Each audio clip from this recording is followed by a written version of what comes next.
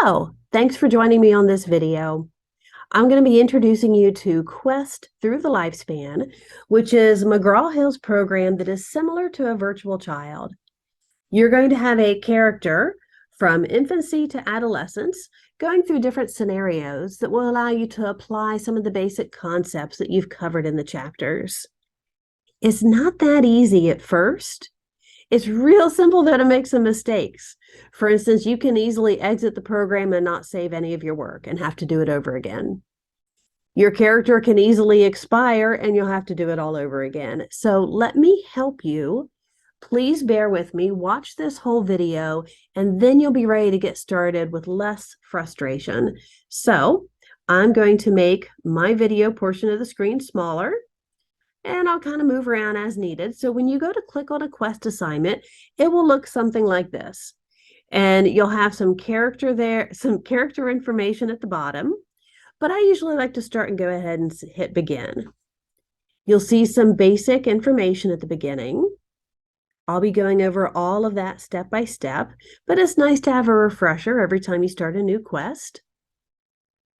One of the first things I like to do is to hit F. You'll see at the bottom it says go to F to toggle to full screen. Wow, that is so much better. So when you first load, you're going to get information about Abby. If you didn't read it before, read it now. You need to know a little bit about your character to help you in some of these scenarios, okay? Here you can see what your objectives are for what you're going to need to do. Now, this is going to show you all of the objectives. When you play this, I only selected, I think, maybe 5 to 6 objectives on average per age period. So it won't be as many as this. And this will also describe the level for you a bit. Once you feel like you've gotten enough information, you can hit begin. You have 15 tickets to play games and use for rides. Use them wisely. Have fun. Play nicely with the other kids. And don't forget to rest if you get tired. All right, pause. Typically, when you hit begin, the first thing you're going to see is a giant overview of the setting of where you are. So it would show you the carnival. I clicked a button before it was finished showing us that. So if you want to get out of that, just really hit any button. When I toggled to full screen, it got rid of showing me the overview, the lay of the land. Then when it does start, like we see right here, you'll see at the bottom, you'll have a character talking to you. This lady, you'll notice she looks exactly like this woman right here. That's your mother. So your mother's giving you some important information. As long as there's a character at the bottom of the screen with a flashing green arrow, you're not done yet. So keep clicking till they're done talking. If you use all of these up, you can get more from Dad. Okay. So we collected our tickets to play. Thanks. Come on, Dad. Let's go play. So now you're talking as Abby. Jacob and I are going to go play. We will meet you at the picnic tables a little later. Bummer, Mom, but okay. So Mom and Dad go to leave. Now, this is the point where you might be thinking, what do I do now? Right? Let me help you, but first I want to give you some information. Look right above my head.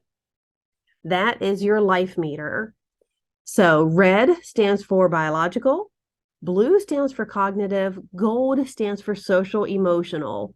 Just like a regular video game, this is your life scan. And as that meter hits 0, if it does hit 0, your turn is over and you have to start over again. Oh, you don't want that to happen. Keep an eye on your meters. Some things will refresh it, like resting, but you also don't want to take too much time. So let's say one of your meters is getting really low. You get 3 chances to level up a bit. Click on this right here. It says reset meter button. Choose one area. So I'm going to choose biological because that's lowest for me. Boom. Now I would really only want to do that if I was really down to very, very low. And you can only do it 1 time per category. Once for biological, once for cognitive, once for social emotional. So what else? Let's go up to this top corner. See this little gear button that my little cursor is on? Those are your options. This first option lets you decide what keys you want to use to move around. Personally, I don't change those because I'll show you a different way of moving around. Sound I did change because when you first log on to Quest, there's a lot of music and background noise, and I didn't want to compete with that, so I turned it down. But you can see you can alter the volume of, all the different types of sounds. And you also have accessibility options if that is something that you need. Now you'll notice down here at the bottom, it says exit Quest and restart Quest. Don't hit exit when you're done. That will not save your work at all. That's just if you want to get out because you don't want to finish. Restart is obviously if you want to try over again. Okay, what about that trophy icon up there? What the heck is that? That will show you your achievements so far. But wait a minute, look at these settings. Beach, Halloween, park. This has all of them for all of the different characters. Right now we're Abby at the carnival. So we can see the different theories and what things are left for her to achieve. The achievement thing is great, but you know what I think is a lot smarter and easier to navigate, which is one of the reasons why I made this video. Look up above me again.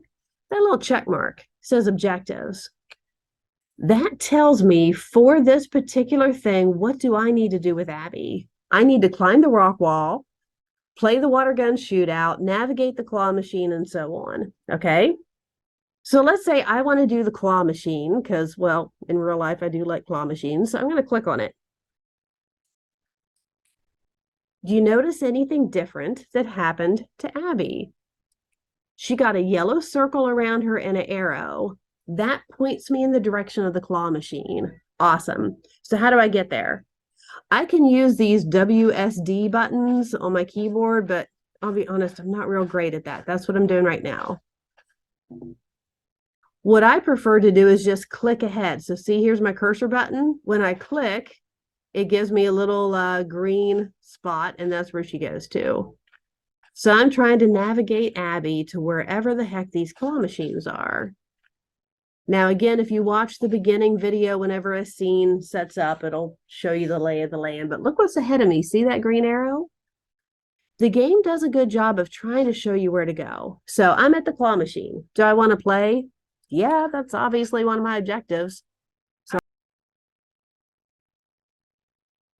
I want that toy. If I just move it a little farther, I will get it. okay, so she's at the claw machine. She sees the toy that she wants. Does she get the toy that she wanted? It doesn't look like it. This one is lame. Oh well, at least I got something.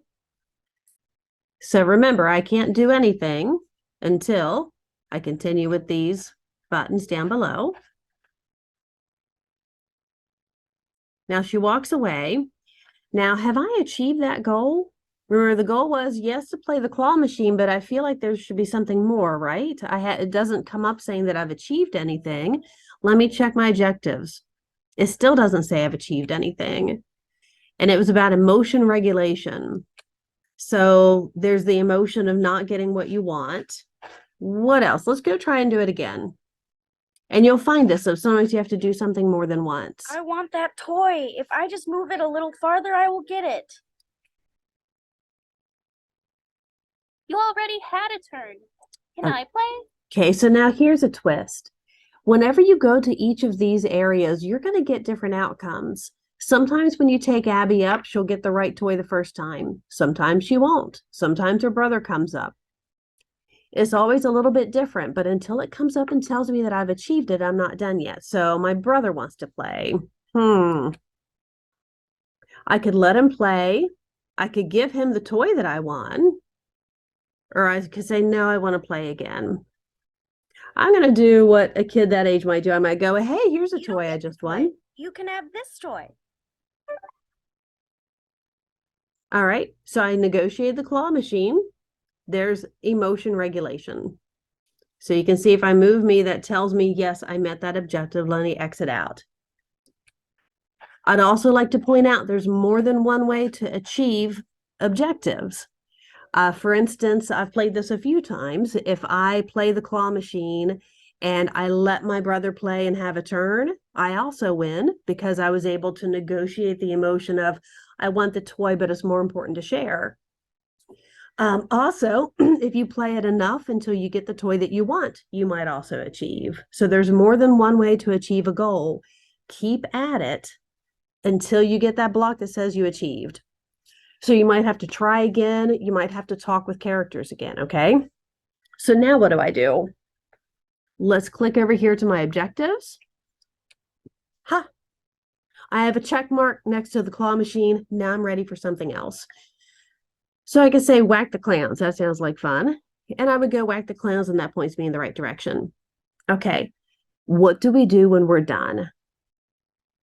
So let's say I've gotten all my things, I've checked everything off. The game will not automatically shut you out, but you do need to close out to save your work. Now we've seen up here, if I click on options, I have an option to exit quest. Don't do that unless you're just wanting to quit and start over later. That will not save your work. Here's a cool thing. Do you notice something special about Dad? Dad's the guy with the red ring around him. No one else has a red ring around him. In every situation, one character has a red ring around him. What's up? They're your end character. Interact with them, and you'll have a variety of options. I'm ready to leave.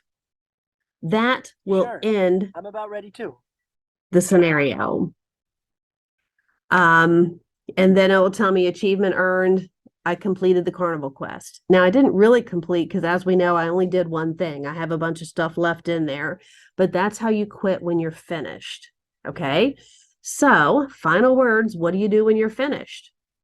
Make sure you've gone through and achieved all those goals. Go to your character with the red ring, your end character, and in the scenario. That should save your progress and your points. And then you're ready for the quiz. Quest assignment has 2 parts. Half your points are from doing the simulation and doing all the objectives. The other half is from taking the short quiz. Now, I shortened all these simulations so they were shorter than the default. I did the same thing with the quizzes. I handpicked the questions, so it should only relate to the things I had you do. Once you've done those 2 things, you're done with your quest simulation. So I hope that was helpful. If you have any questions, first, see if the game is giving you some hints on what to do. And then if not, either shoot me an email. Don't forget, you can also use GroupMe and crowdsource it. You can send out a message on GroupMe, and perhaps one of your peers just had the same situation and they could answer you as well. So that's it for now. Thank you, and I hope this helped. Good luck in your quest journey.